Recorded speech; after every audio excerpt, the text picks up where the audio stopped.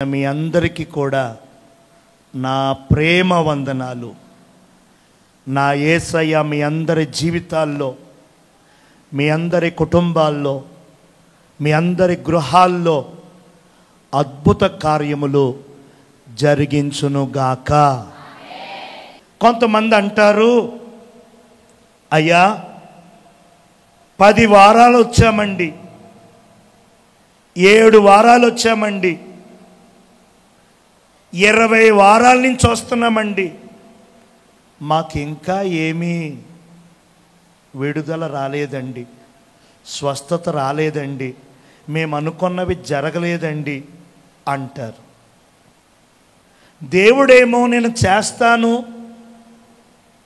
నేను చేయడానికి సిద్ధంగా ఉన్నాను అన్నారు. కొందరేమో మాకేం జరగట్లేదు,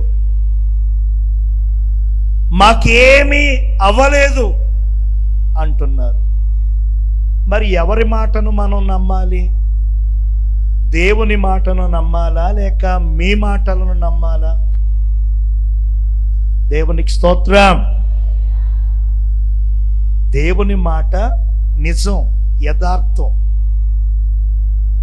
ఆయన మాట ఇచ్చాడు అని అంటే తప్పక నెరవేరుస్తాడు.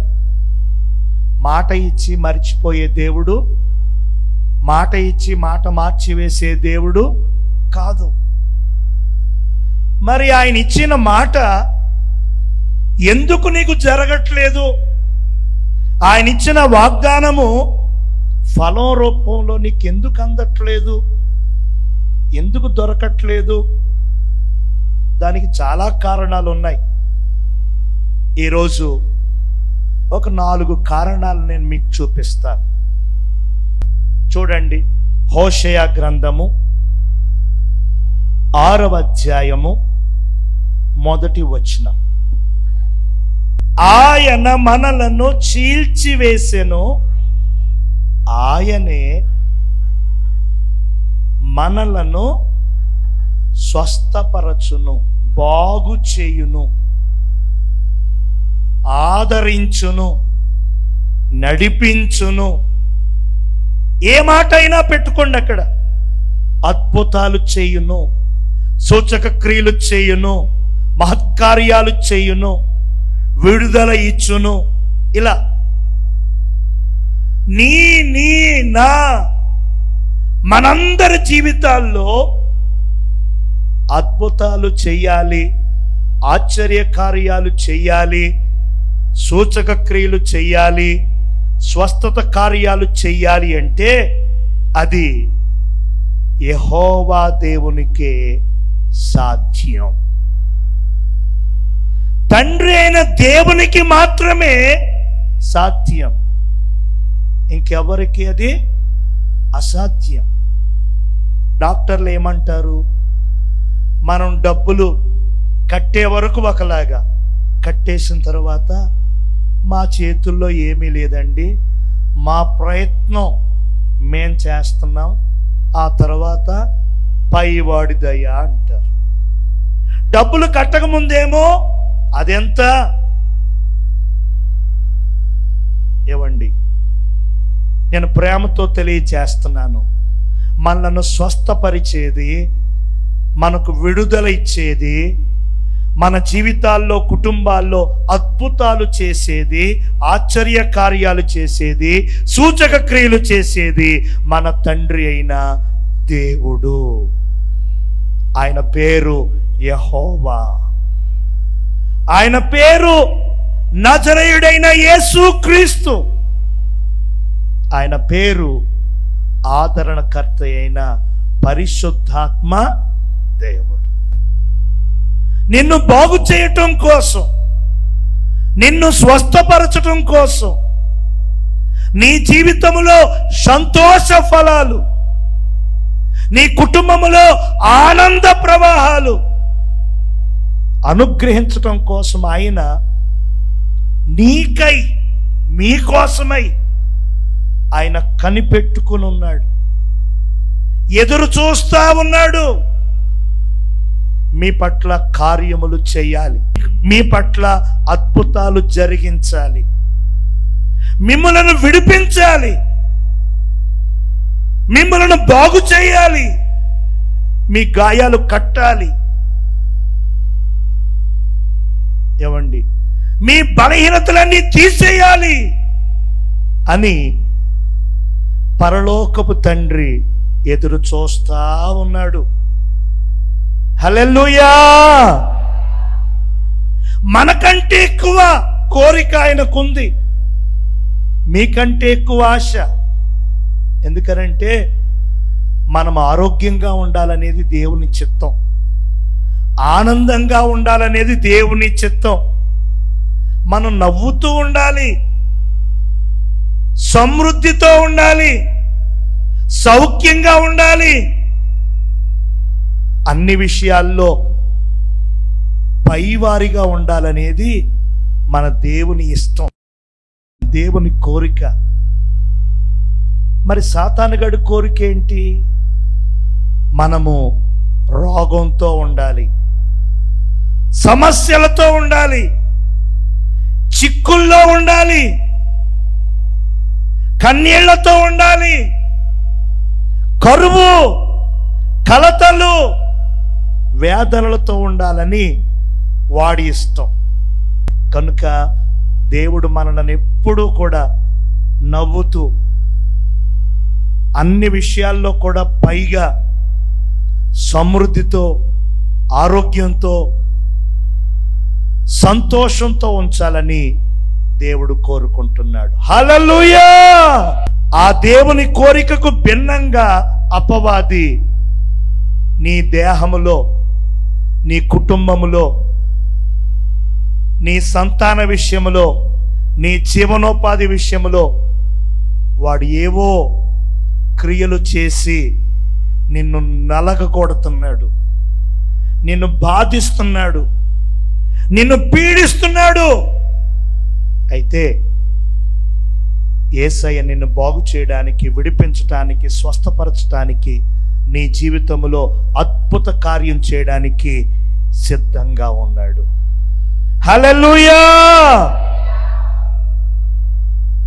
అద్భుత కార్యం చేయడానికి ఆయన రెడీగా ఉన్నాడు. అద్భుతము అనేది దేవుడే చేస్తాడు, మనుషుల ద్వారా అద్భుతాలు జరగవు. జ్వరం వచ్చింది, లేదా కడుపు నొప్పి, లేదా కాలు నొప్పి, డాక్టర్ గారి దగ్గరికి వెళ్ళాం, మందులు రాశారు, టెస్టులు చేశారు, అవి వాడాం, తగ్గింది అంటే అది ఇట్స్ కామన్.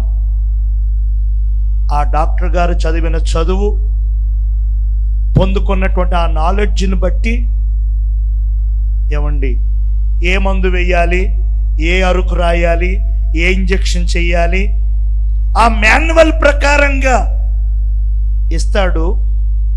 అది మనం చక్కగా వాడితే ఉపశమనం.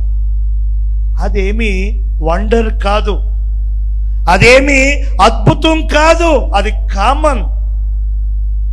అద్భుతం అనేది మనిషి ద్వారా జరగదు, అద్భుతం అనేది దేవదేవుని ద్వారా మాత్రమే జరుగుతుంది. ఇక్కడ దేవుని ప్రజలు మాట్లాడుకుంటున్నారు ఏమని?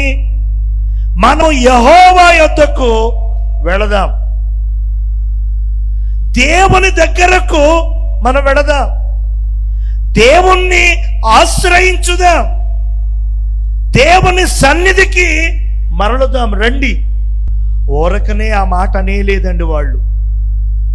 ఎన్నో సంవత్సరాలుగా ఆ ఇశ్రాయేలుల మీద భయంకరమైనటువంటి, కఠినమైనటువంటి బాధలు, బలహీనతలు, శ్రమలు, తెగుళ్ళు రాజ్యమేలతా ఉన్నాయి.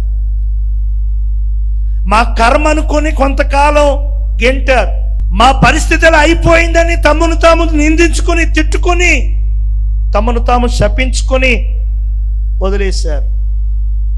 మరి కొంతకాలం ఆ పక్క దేశం ద్వారా, ఈ పక్క రాజు ద్వారా మాకు ఇలా అయిందని కొంతకాలం వాళ్ళు బట్టి వీళ్ళు బట్టి బాధపడుతూ ఉన్నారు. చాలా సమయం వృధా చేసేసారు. ఈ ప్రవక్త వచ్చిన తర్వాత జనులతో చెప్తున్నాడు, మనం దేవుని దగ్గరికి వెళ్దాం. దేవునికి స్తోత్రం. మనం దేవుణ్ణి ఆశ్రయించుదా. ఆయన మనలను బాగు చేస్తాడు. ఆయన మన జీవితాల్లో అద్భుతం చేస్తాడు. ఆయన మన జీవితంలో సూచక క్రియలు జరిగిస్తాడు. హల్లెలూయా. ఎంతకాలం ఈ బాధలు, ఎంతకాలం ఈ శ్రమలు, ఎంతకాలం ఈ దుఃఖము, మరి ఇంకెంతకాలము ఈ నలుగులాట? వద్దు. మనం విడిపించబడాలి అనంటే మనం దేవుని దగ్గరికి వెళ్ళాలి. మనం తప్పించబడాలి అనంటే దేవుణ్ణి ఆశ్రయించాలి. మనకు నెమ్మది దొరకాలి, శాంతి పొందుకోవాలి, సమాధానం కలిగి జీవించాలంటే మనము ఆయన సన్నిధికి రావాలి అని చెప్పాడు. ఆయన మాట పట్టుకుని, ఆయన మాట పట్టుకుని జనులందరూ కూడా దేవుని మందిరాన్ని ఆశ్రయించారు. గట్టిగా స్తోత్రం చెప్పండి. దేవుడు ఏర్పాటు చేసుకున్న, దేవుడు అభిషేకించుకున్న, దేవుడు కోరుకున్న స్థలానికి వారందరూ వచ్చారండి. హల్లెలూయా. అప్పుడైతే ఒకే మందిరం, ఇప్పుడు ఊరికి మందిరం, వీధికి మందిరం. ఏమండి, ఒక్కొక్క స్ట్రీట్కి ఒక మందిరం లాగా అయిపోయాయి ఇప్పుడు మనకి. దేవునికి స్తోత్రం. ఎటు చూసినా మనకి మందిరాలే. మన తెలుగు రాష్ట్రాల్లో ఎటు వెళ్ళినా సరే పెద్ద పెద్ద కట్టడాలు, అద్భుతమైన దేవాలయాలు, అద్భుతమైన చర్చెస్ బహు విస్తారంగా కనబడుతున్నాయి. దేవునికి మహిమ కలుగును గాక. ఆ దినాల్లో ఒకే మందిరం, ఆ మందిరానికి జనులందరూ తరలి వచ్చారట. ఒక మాట ఇక్కడ మీకు తెలియచేస్తున్నాను. దేవుడు మీకు ఇచ్చిన మందిరాన్ని, దేవుడు మిమ్మల్ని ప్రేమించి మీ ఆశీర్వాదం కోసం కట్టించిన దేవాలయాన్ని మీరు మానకుండా వెళుతున్నారా? అది నీవు ఆశీర్వాదం పొందుకునే స్థలం, నీవు దీవెనలు పొందుకునే స్థలం, అద్భుతాలు అందుకునే స్థలం. అది మానకూడదు. పనులున్నాయి, వ్యాపారం ఉంది, కార్యక్రమం ఉంది, విందులు వినోదాలు ఉన్నాయి, పలకరింపులు ఉన్నాయి. ఇలాగా సాకులు చెప్పి వంతలు పాడి నీవు దేవుని సన్నిధిని నిర్లక్ష్యం చేశావు అంటే, దేవుని మందిరాన్ని విస్మరించావు అంటే ఆశీర్వాదాలు కోల్పోతావు. కంచె కోల్పోతావు. కంచె ఎప్పుడైతే కోల్పోయావో, అపవాది పొంచి ఉన్నాడండి. అపవాది చూస్తా ఉన్నాడు. కంచె ఎప్పుడైతే పోయిందో, ఆ ప్రొటెక్షన్ ఎప్పుడైతే తగ్గిందో వెంటనే చొరబడిపోతున్నాడు. హల్లెలూయా. ఆ బాధ, ఈ బాధ, ఆ దుఃఖం, ఈ దుఃఖం, ఆ కలతలు, ఈ కన్నీళ్లు, ఆ అప్పులు, ఈ చిక్కులు, మోసాలు, ద్రోహాలు, గొడవలు, కొండెములు, మనస్పర్ధలు ఒక్కటి కాదండి. యోబు కలిగినటువంటి సమస్తము చుట్టూ దేవుడు ఏమేశాడట? కంచె వేశాడట. కాబట్టి సైతానుగాడు గుండ్రంగా తిరుగుతున్నాడు కానీ ఏమీ చేయలేకపోతున్నాడు. పైన కింద వెనక ముందు కూడి ఎడమ గర్జించు సింహములాగా తిరుగుతా ఉన్నాడు కానీ ఏమీ వాడి వల్ల కావట్లా. కాళ్ళబేరానికి వచ్చాడు. నువ్వు ఒక్కసారి కంచెత్తి నేనేంటో, నా ప్రతాపం ఏంటో చూపిస్తాను. యోబుని గురించి ఓ సంతోషపడిపోతున్నావు కదా, యోబుని గురించి ఓ అతిశయపడిపోతున్నావు కదా, చూపెడతాను. అస్సలు యోబుని నేను నీకు చూపిస్తానని దేవునితో వాదమాడాడు. దేవునికి యోబు గురించి తెలియదా? దేవునికి నీ గురించి నా గురించి తెలియదా? తెలుసు. నువ్వేం చేయలేవు. సరే, నువ్వు కోరినట్టుగా కంచె తీస్తున్నాను. తీసిన వెంటనే ఎంత భయంకరమైనటువంటి దాడండి. దేవునికి స్తోత్రం. పగోడికి కూడా అలాంటి శ్రమలు రాకూడదు. ఎంత భయంకరంగా అంటే అంత భయంకరం. ప్రాణం ఒక్కటే ఉంది, సర్వం పోయింది, సమస్తం కోల్పోయాడు. యోబమ్మ నోటుకొచ్చుని మాట్లాడుతుంది. ఇంకా ప్రార్థన చేస్తావేంటి, ఇంకా స్తుతిస్తావేంటి, ఇంకా ఆరాధిస్తావేంటి? నీ దేవుడు ఏమయ్యాడు, నీ దేవుడు ఏం చేశాడు, ఎందుకొచ్చిన భక్తి, ఎందుకొచ్చిన విశ్వాసం అంటుంది. సింపుల్గా ఒక్క మాటలో తేల్చేశాడు. దేవుడిచ్చాడు, అనుభవించాం. దేవుడు తీసుకున్నాడు, దేవునికే మహిమ. హల్లెలూయా. ఒక్క మాటలో దేవుని పట్ల తనకున్న విశ్వాసము, భక్తి, దేవుని మీద ఉంచిన గౌరవం ఒక్క మాటలో తేల్చేశాడండి. నేను చెప్పే విషయం ఏంటంటే, కంచెను కోల్పోతున్నామండి మనం. దేవునికి స్తోత్రం. ఆ కంచె లేనందువల్ల చొరబడుతున్నాడు దుష్టుడు. భార్యాభర్తల మధ్య మనస్పర్ధలు, తల్లిదండ్రులకు పిల్లలకు మధ్య మనస్పర్ధలు, కుటుంబాల్లో కొదువలు, కష్టపడుతున్నా సరే అప్పులు, ఇలా. కనుక దేవుని సన్నిధిని, దేవుని మందిరాన్ని మనం నిర్లక్ష్యం చేయడానికి వీలు లేదు. రక్షించబడిన తరువాత చాలామంది ప్రార్థన చేయించుకుంటారు మాతో. దేవుళ్ళో బలపడేలా చెయ్యండి అంటారు. దేవుళ్ళో బలపడాలంటే మేము చేతులేసి తైలమేసి ప్రార్థన చేస్తే అవ్వదు. లేదా ఇంకెవరో పెద్దయ్య గారు, ఇంకెవరో పెద్దమ్మ గారు చేస్తే మీరు బలపడరు. దేవుళ్ళో బలపడడానికి కొన్ని విషయాలు ఉన్నాయి. రక్షించబడిన తరువాత ప్రతిరోజు దేవుని వాక్యాన్ని చదవాలి, వాక్యాన్ని శ్రద్ధగా వినాలి, వాక్యాన్ని తలపోసుకోవాలి. తద్వారా నీ ఆత్మకు ఆహారముకు ఈ వాక్యం అందుట వల్ల నీవు దేవునిలో బలపరచబడతావు. రెండవది, మానకుండా ఎడతెగకుండా ప్రార్థన చెయ్యాలి. ఆ ప్రార్థనా జీవితం ద్వారా నీవు దేవునిలో బలపడతావు, ఎదుగుతావు. మూడవదిగా, సంఘ సహవాసాన్ని మానకూడదు. నీ సంఘము దేవుడు నీ కొరకు ఏర్పాటు చేసిన ఆత్మీయ బంధం, సహవాసం, సంఘం, సంఘ క్రమం, పరిచర్య ధర్మం మానకూడదండి. కుదిరినప్పుడు వస్తానండి, సెలవు అయితే వస్తానండి, పనేం లేకపోతే వస్తానండి, ఇలా చెప్పకూడదు. రక్షించబడిన తరువాత నీ బాధ్యత పరిశుద్ధ దినాన్ని పరిశుద్ధంగా ఆచరించాలి, సమాజంగా కూడుకోవాలి. అప్పుడు నీకు బలం, అప్పుడు నీకు అభిషేకం, అప్పుడు నీవు దేవునిలో బలపడతావు. నాలుగవదిగా, దేవుని గురించి సాక్ష్యం ఇయ్యాలి, దేవుని గురించి మాట్లాడాలి.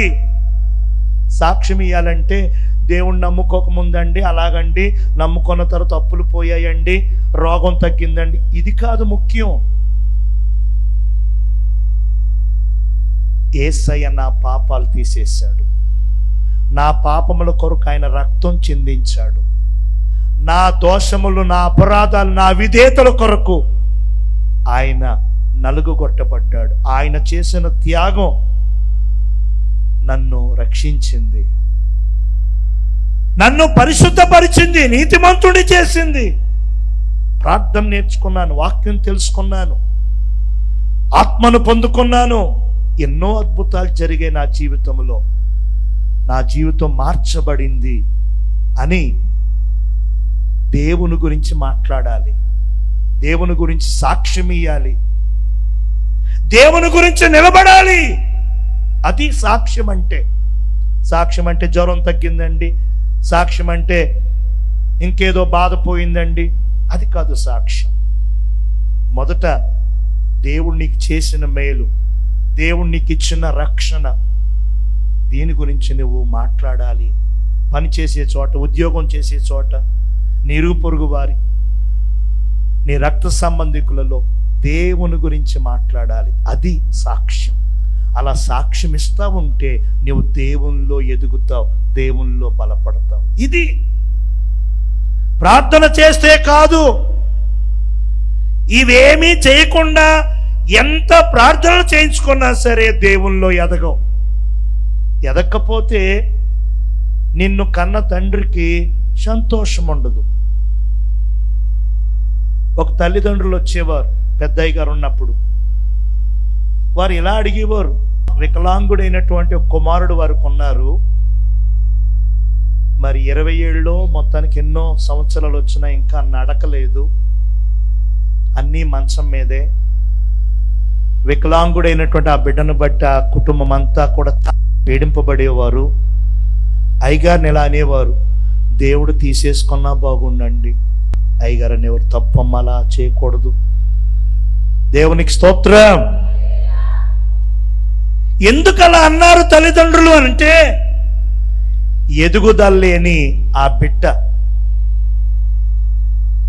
మాటలేదు, వినికిడి లేదు, టాయిలెట్ తెలియదు, మోషన్ తెలియదు, ఆకలి తెలియదు, ఎర్రెర్రి కేకలు, ఎప్పుడు సొల్లు కారుస్తూ చాలా చికాకుగా. అదేవిధంగా రక్షించబడిన తర్వాత నీవు ఎదగకుండా, నెలలు గడిచినా, సంవత్సరాలు గడిచినా, ఎన్నో సంవత్సరాలు అయినా సరే నువ్వు ఇంకా అలాగే ఉంటానంటే, ప్రార్థన లేకుండా, వాక్యము తెలియకుండా ఇంకా నువ్వు అలాగే ఉంటానంటే, నీ ద్వారా తండ్రికి దుఃఖము, నీ ద్వారా తండ్రికి వేదన. ఎదుగుదల లేని బలపడని నిన్ను బట్టి దేవునికి వేదన, దుఃఖము. రక్షించబడిన ప్రతి ఒక్కరూ గమనించండి, రక్షణ పొందేసాం, అమ్మయ్య అయిపోయింది, ఇక్కడ కళ్ళు మూసామంటే పరలోకం డైరెక్ట్గా వెళ్ళిపోతాం అని మాత్రం అనుకోకండి.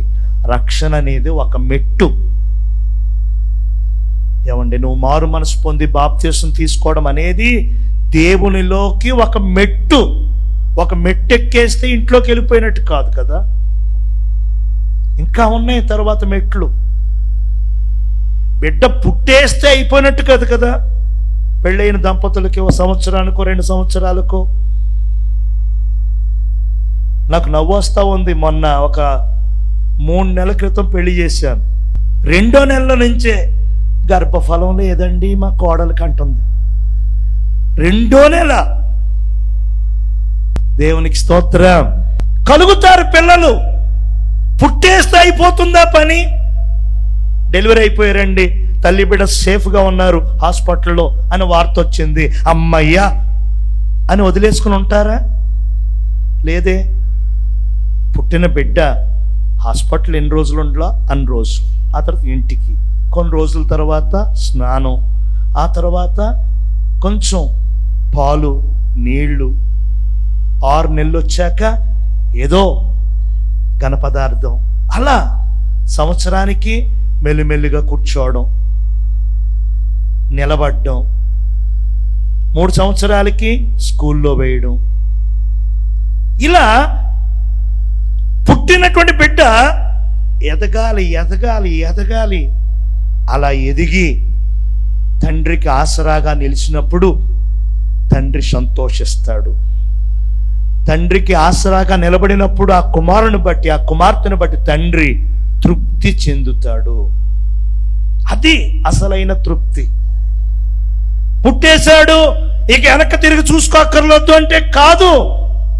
అలాగే రక్షించబడ్డాము, బాప్తిసం తీసుకున్నాము అంటే అన్నీ అయిపోయినట్టు కాదు. ఒక మెట్టు, ఆ తర్వాత ఇంకా మెట్లున్నాయి. చూడండి, దేవుని ప్రజలు పీడింపబడతా, బాధింపబడతా, నలిగిపోతా, రోగాలతో, కరువులతో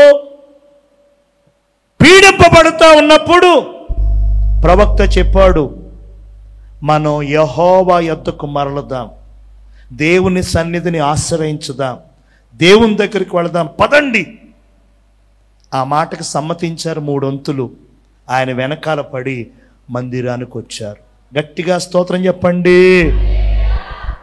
ఆ దినాల్లో ఒకే మందిరం, ఈ దినాల్లో ఏమండి ఎన్నో మందిరాలు, ఎంతో మంది సేవకులు, దేవుని చేత ఏర్పాటు చేయబడిన సేవకులు ఉన్నారు. దేవునికి తమ జీవితాలు సమర్పించుకొని సేవ చేస్తున్న సేవకులు ఉన్నారు. కనుక నువ్వే బండ నుంచి చెక్కబడ్డావో, నువ్వు ఎక్కడ రక్షించబడ్డావో, ఎక్కడ నీవు దేవుణ్ణి తెలుసుకున్నావో ఆ స్థలాన్ని, ఆ పరిచర్యని, ఆ దైవజనుడిని, పరిచర్యను విడిచిపెట్టొద్దు. దేవునికి స్తోత్రం. నీ గుర్తింపు అదే. మనకి ఆధార్ అనేది ఒక గుర్తింపు, మన వంటికి కూడా ఒక పేరు, అదొక గుర్తింపు, మన కుటుంబానికి ఒక గుర్తింపు, ఇంటి పేరు. అలా నీ ఆత్మీయ జీవితానికి గుర్తింపు నీ సంఘము. హల్లెలూయా.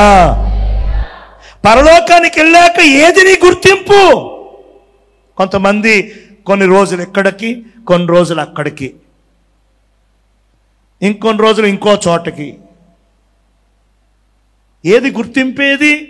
కనుక నీ బాధలు తీరే స్థలం దేవుని మందిరం, నీ బలహీనతలన్నీ పోయే స్థలం దేవుని సన్నిధి, నీ ఓటములన్నీ కూడా విజయాలుగా చేయబడే స్థలం మందిరం. మందిరాన్ని విడిచిపెట్టొద్దు. చూడండి, వీరు దేవుని మందిరానికి వచ్చారట.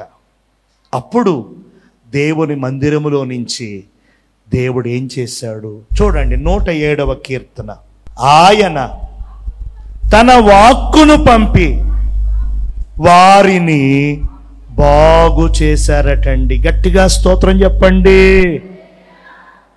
డాక్టర్లు బాగు చేయలేదు, లాయర్లు బాగు చేయలేదు, నాయకులు బాగు చేయలేదు, స్నేహితులు, ఇంటివారు, బంధువులు ఎంతో మంది ఉన్నారండి.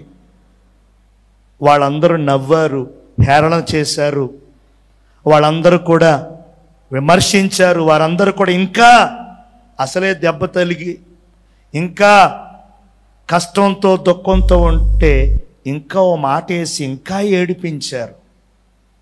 ఎవరు మనలను ఓదార్చలేదు, ఎవరు మనలను ఆదరించలేదు, ఎవరు మన బాగుకు